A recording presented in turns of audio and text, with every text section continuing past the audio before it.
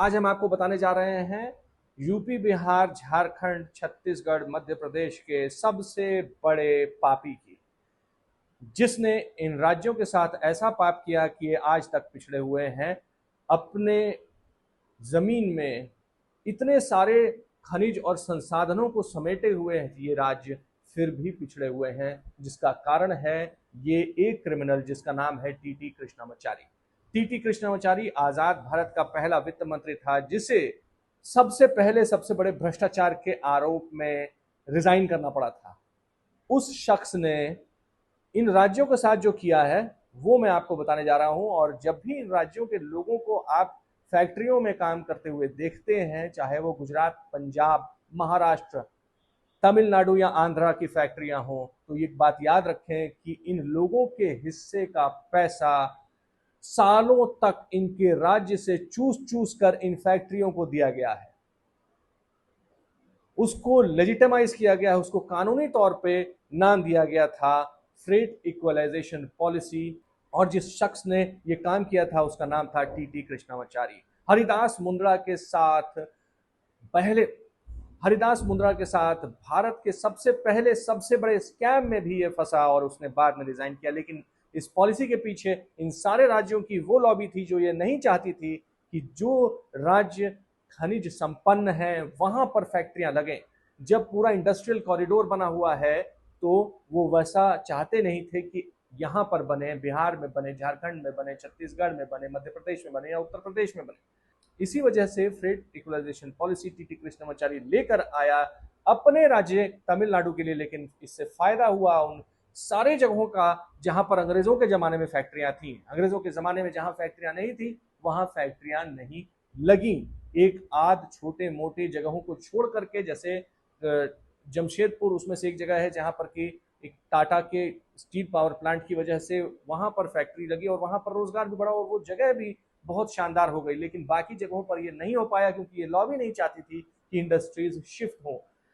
अब freight equalization policy क्या है? टीटी कृष्णामाचारी ने क्या अत्याचार किया यूपी, बिहार, झारखंड, छत्तीसगढ़, मध्य प्रदेश में, उड़ीसा पे क्या अत्याचार किया? उड़ीसा पे भी अत्याचार ये किया कि वहां से जो खनिज निकल रहा है, वहां से जो कोयला निकल रहा है, जो कोयले की खदान से 1 किलोमीटर, 2 किलोमीटर, 5 किलोमीटर दूर बिकेगा मालगाड़ी में जाने के बाद, उसी कीमत पे वो कोयला 800, 1000, 2000 किलोमीटर दूर भी बिकेगा। तो जहां पर पहले से फैक्ट्रियां लगी हुई हैं, जहां पर इंडस्ट्रियल कॉरिडोर्स बने हुए हैं, लाइन से फैक्ट्रियां हैं, उन्हीं का इससे फायदा हुआ और किसी का फायदा नहीं हुआ। ये सारे राज्य पिछड़ते चले गए, इनको इनके हिस्से का पैसा भी नहीं दिया गया। ये सारे राज्यों की फैक्ट्रियां उसी कोयले पे बनी हैं जो कोयला तत्कालीन बिहार, झारखंड, मध्य प्रदेश से निकला, उत्तर प्रदेश से निकला, वो सारा कोयला यहाँ फैक्ट्रियों में गया। उसी के दम पर ये पूरा इंडस्ट्रियलाइजेशन जो तथाकथित जो डेवलप्ड स्टेट्स है ना, डेवलप्ड स्टेट्स जो इंडिया में, उनको यहीं से सब कुछ मिला। लेकिन बदले में जो अभी मिल रहा है, इस वजह से मैं ये वीडियो बना रहा हूं कि इन स्टेट्स में इन जगह के रहने वाले लोगों को, जिनकी जमीन से निकले हुए खनिज पर वहां डेवलपमेंट हुआ है, उस जगह के रहने वाले लोगों को प्रताड़ित किया जा रहा है, उनको नीचा दिखाया जा रहा है। हिमाचल के पीडब्ल्यूडी मिनिस्टर नीचा दिखा देते हैं। Because we are civilized people.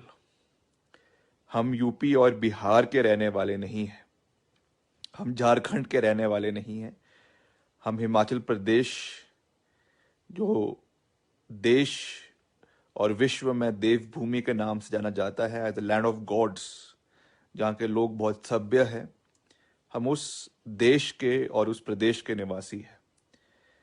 मगर विपक्ष के महाराष्ट्र में एक नहीं, अब तो दो दो पार्टियां हो गई हैं, दोनों ठाकरे बंधु हो गए हैं जो इस तरीके की पॉलिटिक्स में है कि नॉर्थ इंडियन को पीटते हैं।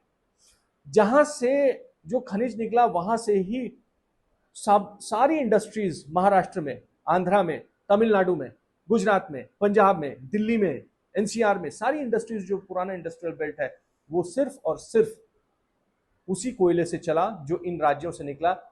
जिन राज्यों के लोग अब उन्हीं फैक्ट्रियों में काम करने जाते हैं तो उनके साथ इस तरीके की बदसलूकी होती है, इस तरीके से उनको नीचा दिखाया जाता है, उनको लो आईक्यू बताया जाता है, उनको असभ्य बताया जाता है, उनको बिहारी बोला जाता है, उनको भैये बोला जाता है, उनको उनके रंग की वजह से उनको डिस्क्रिमिनेट किया जाता है। तो अब जो होना था तो वो हो चुका है।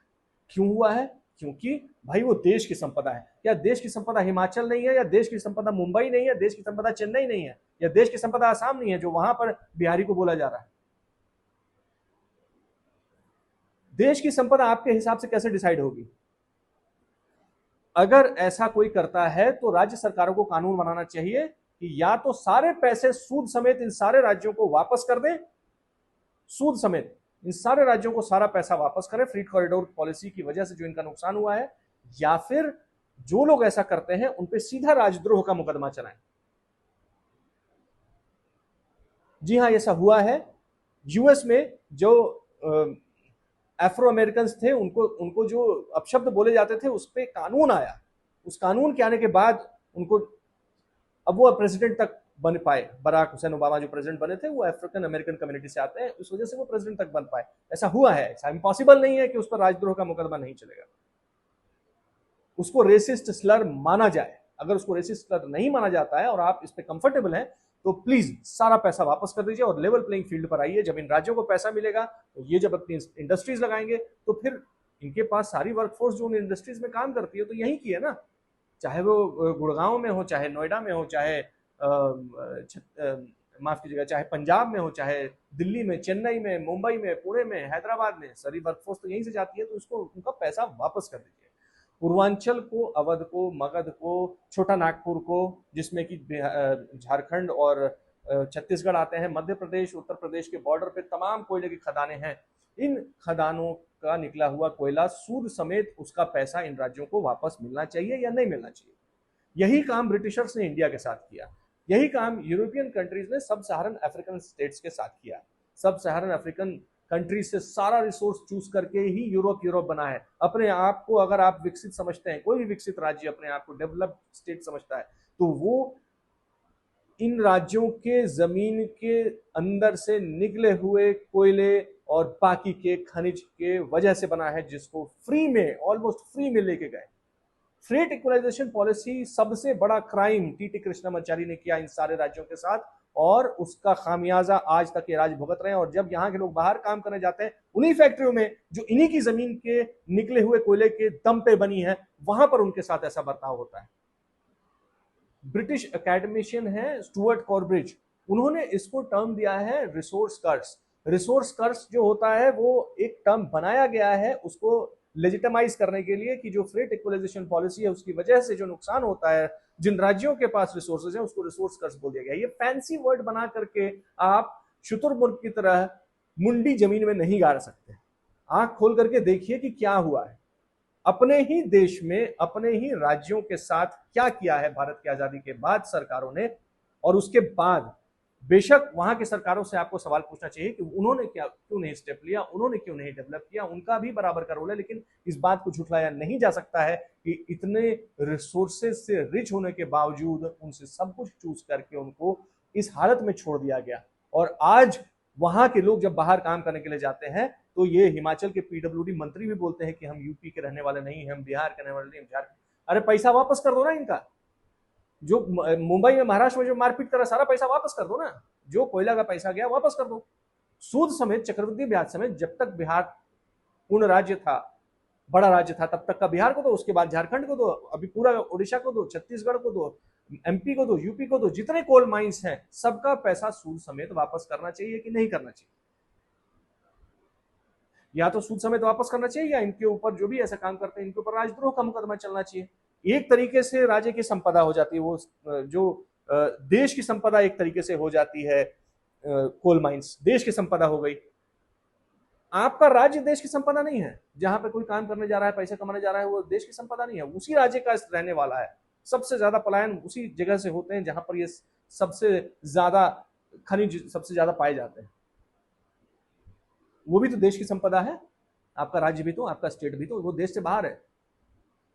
यही हो रहा है अमेरिका में भी। आपके साथ होता है तो आपको बुरा लगता है। अमेरिका में जब इंडियंस को इस तरीके से प्रताड़ित किया जाता है तो आपको बुरा लगता है। अमेरिका में जब मैक्सिकन्स को इस तरीके से प्रताड़ित किया जाता है तो बुरा लगता है। पूरे साउथ अमेरिका के रिसोर्सेज पे बना है अमेरिका। इतने रिसोर्सेज वहां से चूसे हैं, इतना तेल निकाला है, इतना ज्यादा वहां पर राज्य की वहां की जो देश की सरकारें बनाने गिराने में अमेरिका का हाथ रहा है, वही लोग जब जाते हैं काम करने के लिए अमेरिका में तो उनके साथ इस तरीके का बर्ताव होता है, जैसा बर्ताव हिमाचल के मंत्री के बयानों से झलकता है, जैसा बर्ताव वो महाराष्ट्र के दो कौड़ी के दो पार्टियों के नेता करते हैं, वैसा ही बर्ताव अमेरिका में हो रहा है। और आपको जब डिपोर्ट किया जा रहा है तो बहुत बुरा लग रहा है कि नहीं नहीं वो तो बेचारे काम करने गए थे उनके साथ, अगर वो देश का नाक कटवाने गए थे तो बताइए। अभी पता चल जाए, किसी को मिल जाए अमेरिका का वीजा मिल रहा है, तुरंत सब कुछ छोड़ छाड़ के भाग जाएगा। लेकिन खुद को ऊंचा दिखाने के लिए दूसरे को नीचा दिखाने की जो परंपरा है, इसको आगे बढ़ा रहे हैं, बहुत अच्छा कर रहे हैं। मैं तो सरकार से ये गुजारिश करूंगा, और अगर आपको मेरी बात समझ में आ रही है तो ठीक है, नहीं आ रही है तो आज नहीं कल इसको लेकर के ये वीडियो अगर लोगों ने ढंग से देखा है, इस वीडियो को दोबारा देखिएगा, तिबारा देखिएगा और समझिएगा कि मैं क्या कह रहा हूं।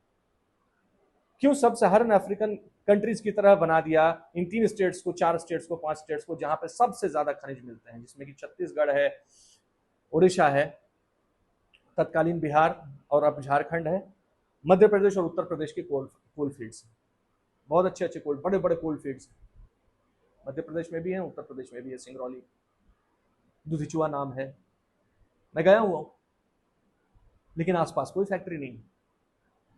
फैक्ट्री वो सूरत में लगी हुई है, ऐसा कैसे चलेगा?